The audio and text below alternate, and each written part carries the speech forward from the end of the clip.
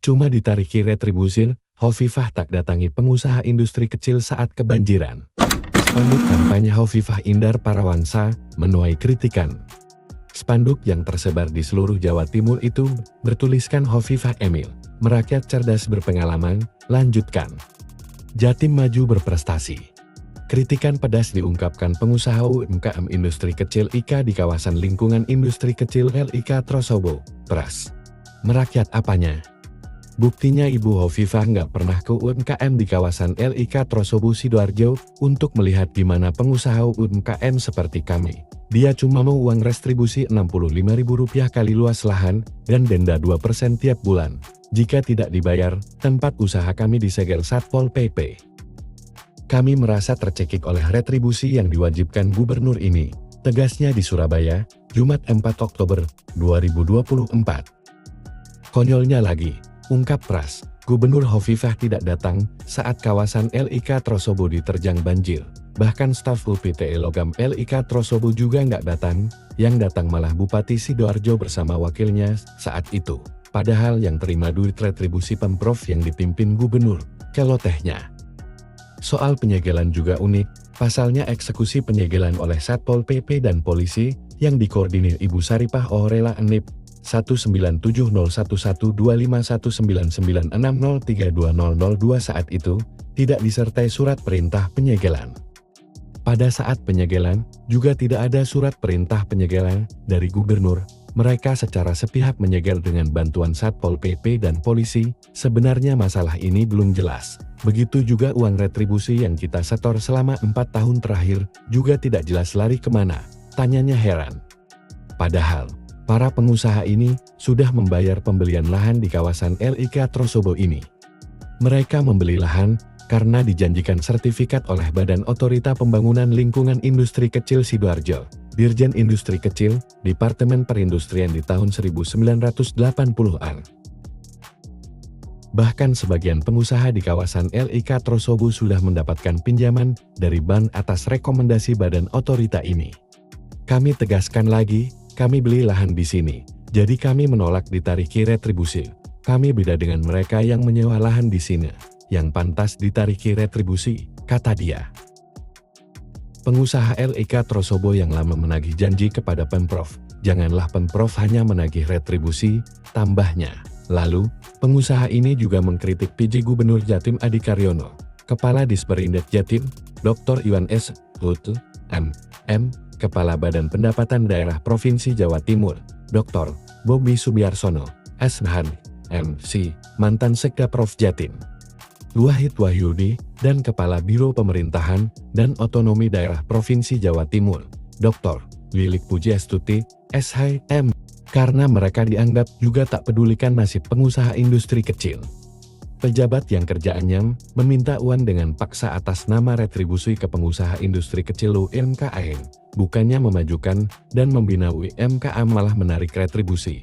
Mereka nggak mumpuni untuk mensejahterakan rakyat, inikah yang dinamakan prestasi? Tanyanya. Apalagi gubernur kan disumpah untuk mensejahterakan rakyatnya bukan malah membuat sengsara. Kami yang ada di kawasan LIK Trosobo ini masuk kategori ekonomi lemah, bukan konglomerat, protes dia. Kita ini ekonomi lemah, gak mungkin kita dapat besar, omset 10 juta rupiah saja susah, karena kami cuma terima jasa, tegas dia. Menjilat ludah sendiri mensejahterakan UMKM Jawa Timur, tapi kenyataannya malah menarik retribusi di kantong-kantong UMKM, terutama di kawasan LIK Trosobo, keluh dia.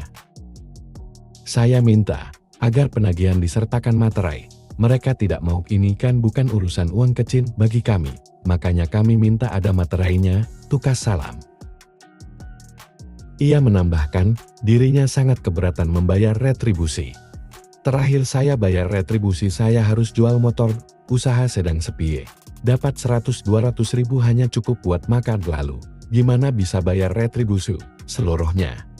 Sementara Sumardi, pelaku usaha IKA yang lain, juga menumpahkan keluh kesahnya. Harusnya pecah persil, masing-masing unit usaha, selesai masalah, yang jelas, saya dulu beli lahan ini, negara kok bisnis dengan rakyatnya, ucapnya. Untuk pejabat yang akan datang, kami harap mau mengerti tentang sejarah masa lalu, Jangan berdalih, kalau komitmen yang dulu itu katanya kerjaannya oknum, pejabat lama itu resmi, bukan oknum. Jangan sampai ada penyelewengan sejarah yang dijadikan sarana untuk korup, tegas Sumar. Sekedar diketahui, pengusaha LEK Trosobu sudah berusaha menyampaikan keluh kesahnya ke Hovifah. Namun, hingga 6 kali berkirim surat, mereka tak direspon. Sang calon gubernur petahana ini. 2 kali permintaan audiensi dari pengusaha juga tak direspon Hovifah. Dirinya menambahkan, jangan, karena Dinas Perindustrian dan Perdagangan Provinsi Jawa Timur, dalam hal ini Unit Pelaksana Teknis Industri UPTI Logam Sidoarjo ketakutan tidak bisa memenuhi target PAD yang ditetapkan oleh gubernur.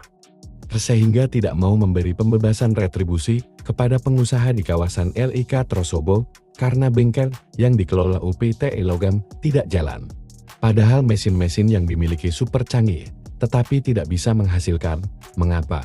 Karena tidak dikelola dengan baik, karena pegawai yang ditempatkan tidak sesuai keahliannya dan fungsinya, tuturnya.